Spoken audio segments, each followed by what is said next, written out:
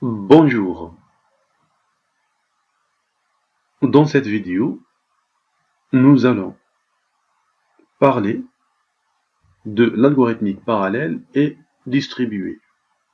Nous allons voir quelques problèmes et représentations utilisées dans l'algorithmique parallèle et distribuée. Commençons par ce qu'on appelle la grille de calcul, ou bien, grille de processeur.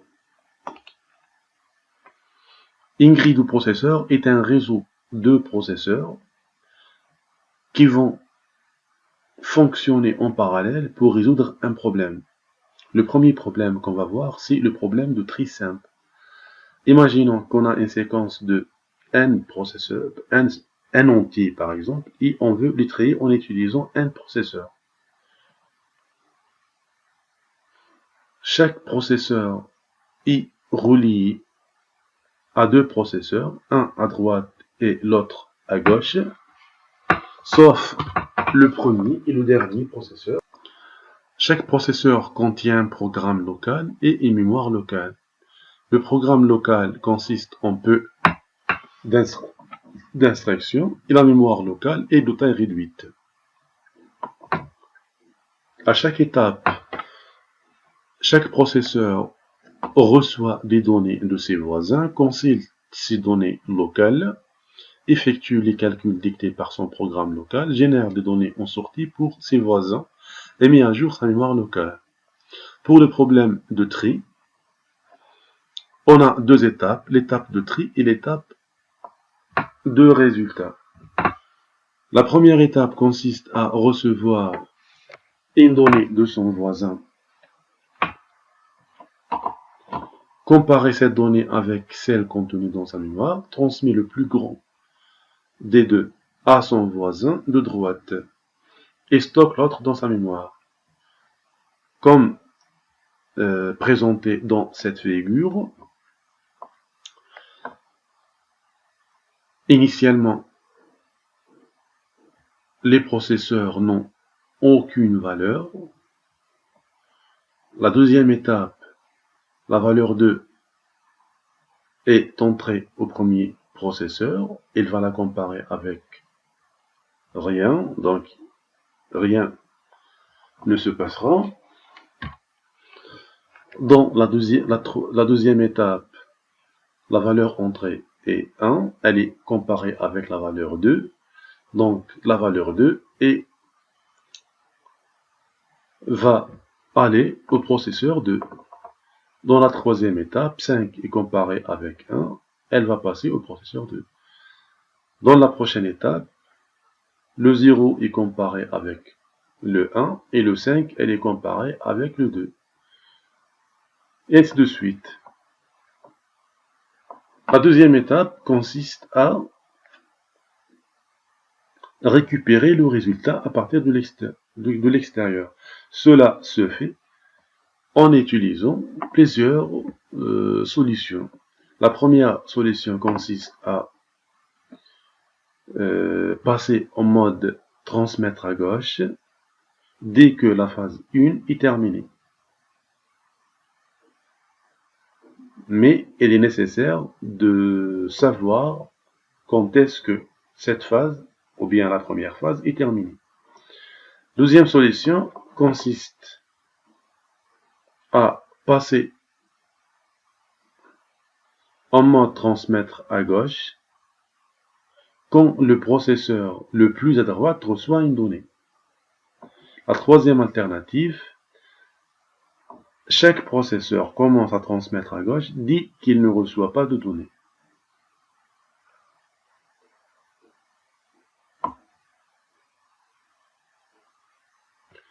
Il existe de nombreuses méthodes efficaces pour convertir un algorithme défini sur un réseau de P1 processeurs en un algorithme dédié à un réseau de P2 processeurs, sachant que P2 est inférieur à P1.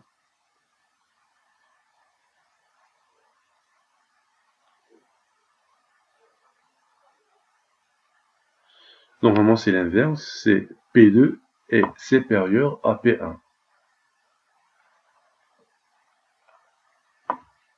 Le deuxième problème, c'est la multiplication vecteur-matrice. Supposons qu'on a une matrice qui contient une ligne et une colonne et un vecteur qui contient un élément. Donc le résultat sera une colonne qui contient 4 éléments. On obtient cette colonne en faisant la multiplication de tous les éléments du vecteur avec tous les éléments de chaque colonne de la matrice.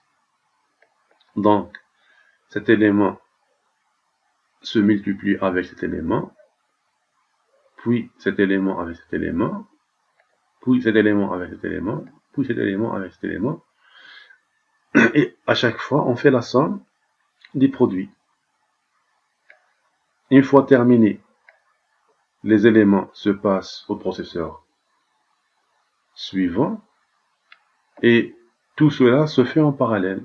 Donc, on va faire V1, M11, puis V2, M11 et en parallèle avec V1, M21, et ainsi de suite.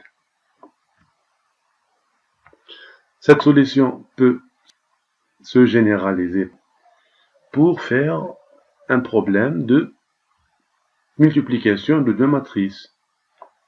Donc, une matrice avec une deuxième matrice, et on fait la même chose pour obtenir une nouvelle matrice.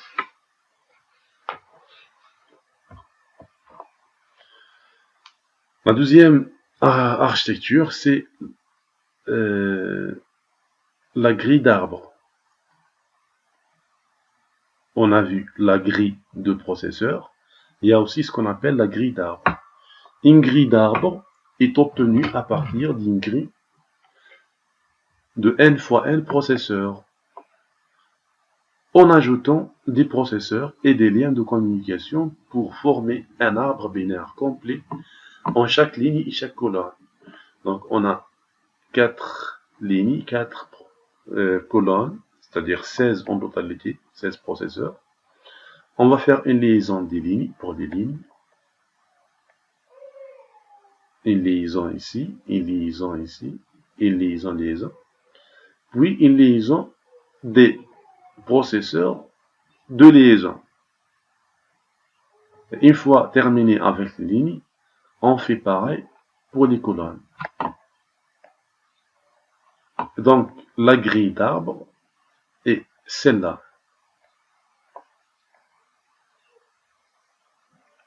Il y a aussi ce qu'on appelle l'hypercube. Un hypercube est capable de simuler tous les autres réseaux.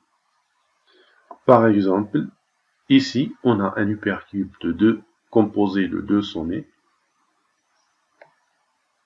Et ici, on a un hypercube composé de 4 sommets. On peut obtenir un hypercube de 4 sommets à partir de 2 hypercubes de 2 sommets.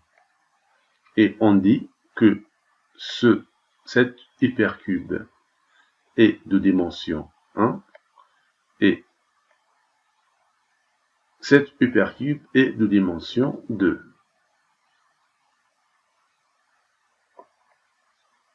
Le nombre de sommets dans un hypercube est 2 à la puissance dimension. Ici, c'est 2 à la puissance 1. Et ici, c'est 2 à la puissance 2.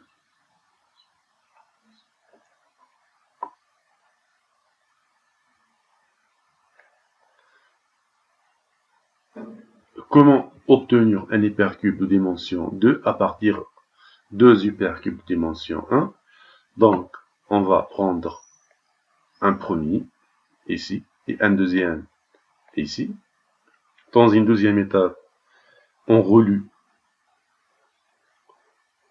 On fait une liaison des sommets similaires. Ici, le sommet 0 avec le sommet 0. Et le sommet 1 avec le sommet 1. Puis, on fait un renommage des sommets. En rajoutant 0 pour le premier hypercube et 1 pour le deuxième hypercube. De cette manière, on obtient 0, 0, 1, 0, 0, 1, 1, 1. Les sommets 0, 0 et 1, 0 sont reliés entre eux, et les sommets 0, 1, 1, 1 sont reliés entre eux.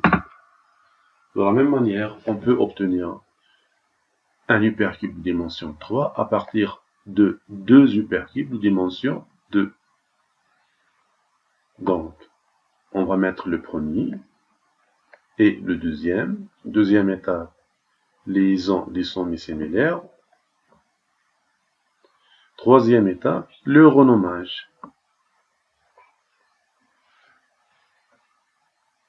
Et on peut obtenir un hypercube de dimension 4 à partir de deux hypercubes de dimension 3. Pour les algorithmes distribués, il y en a plusieurs.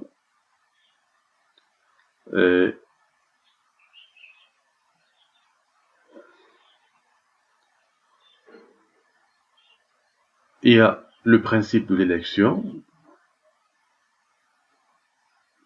qui consiste à partir d'une configuration dans laquelle tous les processus sont dans un état quelconque et on finira par avoir une configuration dans laquelle un seul processus est dans l'état gagnant et les autres sont dans l'état perdant.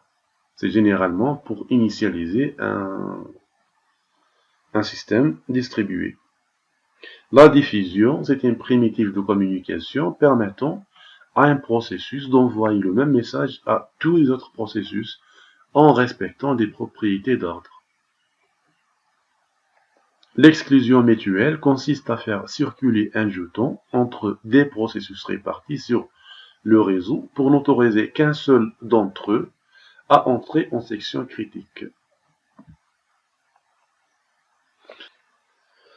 L'interblocage se produit lorsqu'un ensemble de processus est tel que chacun d'eux tient au moins une ressource et pour poursuivre sa progression est en attente d'une ressource tenue par l'un des autres.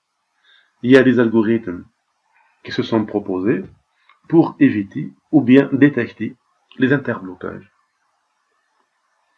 Comme ça, on arrive à la fin de la vidéo. On se voit dans la prochaine vidéo. Au revoir.